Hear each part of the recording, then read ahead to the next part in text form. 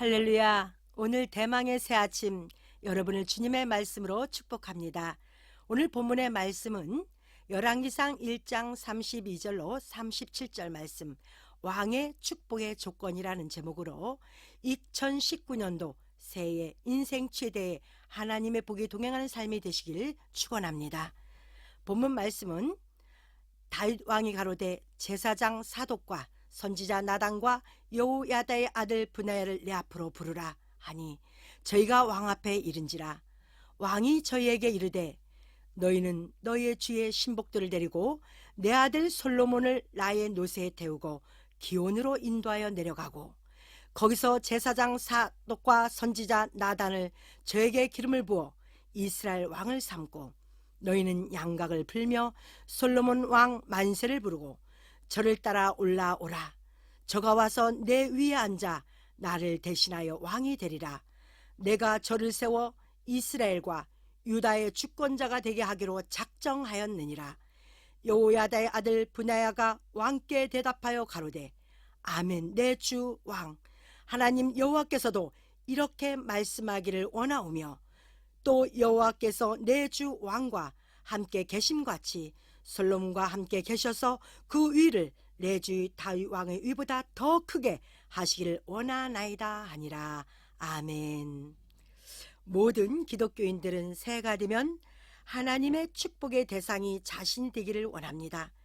그리하여 각 교회마다 첫 시간을 하나님께 드리는 영신 예배를 아름다운 풍습이 이어져 가고 있습니다. 하나님의 관점에서 주시는 복의 예배가 무엇인가? 오늘 저는 여러분과 이 첫 시간에 하나님이 주시는 복의 조건이 무엇인지 깊이 상고하고자 합니다. 그리고 내가 원하는 복의 조건이 아니라 하나님이 주시는 복의 조건을 다시 한번 상기하여 한 해의 삶의 복의 지표가 되기를 원합니다. 오늘 말씀을 보면 다윗이 나이 많아 세상을 떠날 시점에 솔로몬의 복의 환경을 드러냅니다. 다윗의 말년에 아도니아라는 아들이 있었고 솔로몬이 있었습니다. 아도니아는 다윗의 처 하깃으로부터 출생한 자이고 솔로몬은 밧세바로부터 출생한 아들입니다. 두 사람의 축복의 출발점이 다르다는 것입니다. 먼저 아도니아는 하깃의 아들이며 이 당시 매우 준수하여 압살롬의 다음난 자라고 기록하고 있습니다. 다시 말해서 그는 매우 그 당시 사람들로부터 인정받은 사람이었습니다. 그의 환경은 늘 포도주 잔치에 취한 삶이었습니다. 은혜시대 늘 365일 집회를 하는 교회에 갔다는 것입니다. 그 모친의 이름은 하깃, 축제라는 뜻입니다. 다윗의 말년은 복음의 끝자락을 의미합니다. 성경의 여자는 교회를 가리키며 성도를 의미합니다. 복음의 끝자락에 은혜가 충만한 교회이었기에 모든 형제들과 왕의 신복들과 유다의 모든 백성이 그를 따를 때였습니다. 그러기에 그의 환경의 힘이란 엄청났습니다. 그 누구도 그가 다윗 왕의 유업자라는 사실을 부인할 수 없기에 백성이나 나라 관원들조차 그를 따를 수밖에 없는 환경이었습니다. 그와 반면으로 솔로몬을 봅니다. 그에게 있는 것은 나라 백성도 관원도 그의 형제들도 아니었습니다. 너무나 열악한 상황입니다. 그에게는 사독, 브나야, 나단, 밧세바, 솔로몬 자신 그 환경밖에 없었습니다. 아도니아와 비교하여도 너무나 터무니가 없고 비교 대상도 되지 않았습니다. 지금 현 시대의 교회를 비교하면 대형 교회와 아무도 모르는 작은 교회의 비교입니다. 하나님에 대한 약속 없이는 아무 희망도 아무 기대도 없는 그런 환경이었습니다. 그런데 어떻게 솔로몬이 왕이 되었을까요? 성경에는 어머니 밧세바가 다윗 왕의 간곡한 간언이 있었기에 다윗이 언약을 상기하여 왕으로 추대하는 모습을 기록하고 있습니다. 하나님이 한 시대의 왕으로 또는 지도자를 세우는데 조건 없이 누군가가 이야기한다고 그것을 허락할 수 있을까요? 저는 성경에서 또 다른 비밀을 보게 되었습니다. 그것은 아도니아에게 없는 사독과 브나야와 나단과 밧세바가 비밀이란 사실을 발견하게 되었습니다. 그 비밀 첫째는 밧세바 교회가 되었습니다. 그것은 곧 언약의 교회, 맹세의 교회가 되었다는 것입니다. 성도들과 교회는 하나님의 말씀마다 지켜야 한다는 약속을 가져가는 것이 기본입니다. 약속이 없이는 쌍방에 아무 일도 일어나지 않습니다. 무엇인가 이루어지기 위해서는 서로 간의 약속이 설정되고 집행되어야 할 것입니다. 그것이 솔로몬의 조건이었습니다. 둘째로 사독이 존재하여야 합니다. 사독은 하나님의 공평, 공의를 뜻합니다. 언약을 맺은 곳은 반드시 개인의 사적인 생각으로 이루어지는 것이 아니라 하나님의 공평과 공의로 다스려져야 합니다. 편애가 있어서도 안 됩니다. 하나님의 관점의 저울이 이루어져야 할 것입니다. 셋째는 분하야가 있어야 합니다. 그것은 하나님이 세우셨다는 확고한 신념이 있어야 합니다. 모든 것의 주인은 하나님 한 분 외에는 누구도 주인이 될 수 없습니다. 나 자신의 주인공이 아니라 그 자리의 주인은 주 여호와 하나님, 곧 예수 그리스도라는 사실을 잊지 말아야 합니다. 내 땐 나단이 항상 동행해야 합니다. 나단이란 양심이란 뜻입니다. 무엇인가 축복의 주인이 되려면 자신의 양심이 아니라 하나님의 관점의 양심이 있어야 합니다.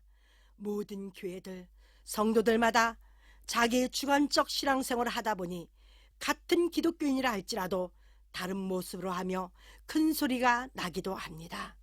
모든 주의 것은 주 안에서 통일되어야 하는데 그것은 유일하게 하나님 관점에서만 보면 통일이 될 수 있습니다. 이제 자기만의 독특한 신앙 방법이 아니라 하나님의 마음으로 즉 뜻으로 모든 일이 진행되어야 할 것입니다. 다섯째는 솔로몬입니다. 그는 평화입니다. 다툼과 분쟁의 결과는 기근이요 사망입니다. 다툼이 있는 교회, 가정, 성도, 그것은 복의 대상이 될 수가 없습니다. 주 안에서 평화가 무엇이며 평강을 누리기 위해서는 무엇을 해야 하는지를 실행해야 할 것입니다. 처음부터 다툼이 일어나는 것을 다시 한번 돌이키고 주님께 기도하여 평화를 가지고 출발하시길 바랍니다. 여기서 아도니아의 가장 큰 단점이 있습니다. 그 모습은 하나님이 복을 줄 수 없는 상황이라는 것입니다. 그가 예배드린 장소는 에르노겔 근방 소알레톨 곁에서 행하였다고 합니다. 이것은 엄청난 사건입니다. 에르노겔이란 표백자의 삶, 또 빨기 위에 밝다라는 뜻입니다. 소알레톨이란 뱀이란 뜻이며 예루살렘 근방에 속해 있는 곳입니다. 이 말씀은 아도니아의 예배는 뱀의 혀로 진정한 예루살렘을 입성하는 말씀이 아니라 하나님이 보시기에 두 혀를 가지고 말하는 것입니다. 즉 진리가 없고 허구라는 것입니다. 세상이 좋아하는 말이라는 것입니다. 그것을 가지고 우리의 삶을 표백하고 다시 말해 희게 정결시킬 수 없다는 것입니다. 유명한 대형교회일지라도 많은 사람과 세상이 좋아하는 여건을 가지고 있다 할지라도 그것은 하나님과 상관이 없습니다. 이제 이 두 사람을 보면서 무엇이 다른가 확연히 구분하셔야 할 것입니다. 그저 복복한다고 복이 오는 것이 아니라 자신이 하나님 앞에 갖추어야 할 것이 무엇인지 깊이 말씀을 묵상하시며 주의 음성을 듣는 성도님들 되시길 간절히 축원합니다. 말씀을 통한 주님의 음성이 가장 정확한 답입니다. 우리가 살고 있는 현 시대는 은혜의 시대가 아니라 환난 재림의 시대이기에 각 교회들도 여러 문제로 인하여 환난을 맞고 있습니다. 이때 환난에 속한 자가 되는 것이 아니라 환난을 다스리는 성도가 되어야 할 것입니다. 환경을 다스리는 것은 다른 것이 아니라 말씀으로 대처하는 것입니다. 하나님이 원하시는 사독, 밧세바, 분하야, 나단, 솔로몬, 이 조건이 각자의 심령 속에, 아니 삶 속에 굳건히 털을 내린다면 어떠한 환경에도 굴하지 않고 능히 하나님께 구함으로 솔로몬처럼 여러분의 삶을 지켜주시고 여러분께 약속한 그 삶 속의 왕으로 인도하실 것입니다. 성경에 기록한 말씀대로 행할 때 우리가 밧세바처럼 주님께 구할 수 있는 것입니다. 그때 전능하신 하나님은 응답하실 것입니다. 2019년도는 지금까지 신앙의 삶을 내려놓으시고 진리의 방법으로 도전하시길 바랍니다. 그것이야말로 진실로 주께서 우리에게 응답하실 것입니다. 그리고 성도 여러분을 여러분의 환경에서 왕으로 추대하실 것입니다.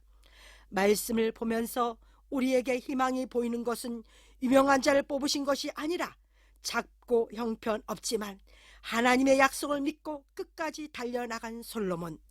지금 당장 우리의 전 환경의 문제가 아니라 복의 자리에 들어가기 위해 무엇을 행할지를 먼저 생각하여 그것을 행하는 것이야말로 주님 곁으로 가서 그의 옷자락을 통하여 놀라운 축복의 환경으로 변한다는 것을 기억해야 합니다. 이것이 진정 솔로몬의 축복의 조건이었습니다. 성도 여러분, 모두가 이 조건에 들어오셔서 축복의 주인공의 한 해가 되시길 간절히 축원합니다. 아멘.